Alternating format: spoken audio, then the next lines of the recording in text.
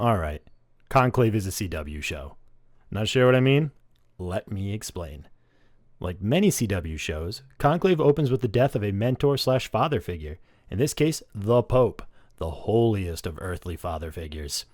He's surrounded by 3 out of 4 of his closest cardinals, each who will have a very specific role to play in the upcoming conclave, but none more important than Ralph Fiennes' Cardinal Lawrence, who's appointed Dean of the Cardinals, which is pretty much like captain of the football team. His task, lead the Vatican Cardinals to victory by electing a new pope in a timely and by-the-book manner, both of which proved to be quite troublesome. There are 4 major players for the papacy. Stanley Tucci's Cardinal Bellini, a self-proclaimed liberal who wants to move the church forward into modernity. John Lithgow's Cardinal Tremblay, a wealthy American cardinal who seeks power. Lucien Masmati, hope I pronounced his name correctly, Masmati, as Cardinal Adeyemi, whose motives are not really established. And finally, Cardinal Tedesco, played by Sergio Castellitto, who wants to return the church to its former, almost medieval-style ways. Just before Cardinal Lawrence can start the conclave, he gets 2 pieces of information that could throw Cardinal High into disarray. 1. Lithgow's Tremblay may have been dismissed by the Pope and kicked off the team right before the Pope died and could make it official. And 2. There's a secret cardinal named Benitez who claims to be a cardinal made in secret to protect him from being killed in Kabul. Lawrence believes that Bellini will get the necessary votes soon enough, and they decide to start the conclave. Now, this is where the CW references really start to become much more obvious. All right, follow me along. Lawrence gives a speech about the importance of being progressive and that he hopes everyone will elect a new pope that will share the values of liberalism. Only he uses more flowery words. Reactions are split on this, and the first vote sees Lawrence actually getting a few votes, which his BFF Bellini sees as Lawrence using his station ambition to totally steal the papacy. Like, oh my God, C-Law. Adeyemi starts becoming more popular, but then one day in the cafeteria, he sees his ex and totally loses his aura. Am I right, fam? This leads Lawrence to talk with a criminally underused Isabella Rossellini, and he discovers that Tremblay used his powers and money to find this woman and make her one of the sisters serving during the conclave, specifically to elicit Adeyemi's freakout in front of the school. The conclave. This makes Tremblay the frontrunner. But Lawrence can't just let this type of backstabbing go on, so he gets access to Tremblay's DMs and prints them out for all the the conclave to see. Well, not DMs, but bank statements. They also implicate a few other cardinals in taking his money to vote for him. Tremblay is all like, psh, this is a joke. This is fake. No one will believe this. Plus, I'm rich. Well, that's where Rossellini, as head of the cheerleader nuns, comes in and says, bitch, please.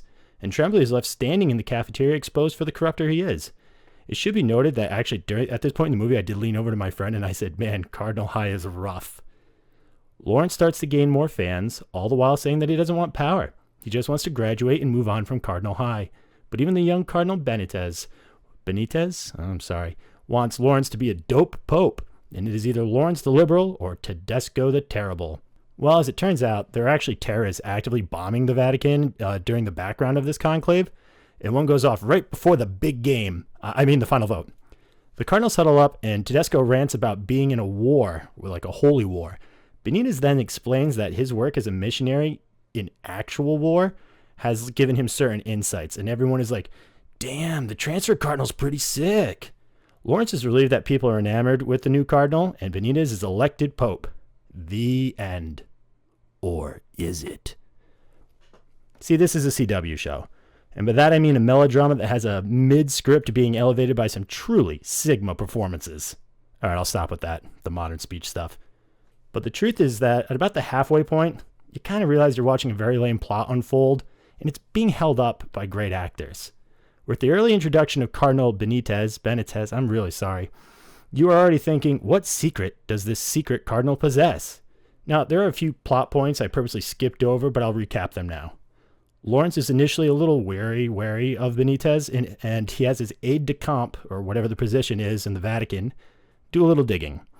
See, Benitez has been traveling and sermonizing in war-torn regions for a long time, so Lawrence does believe that he truly is made a secret cardinal.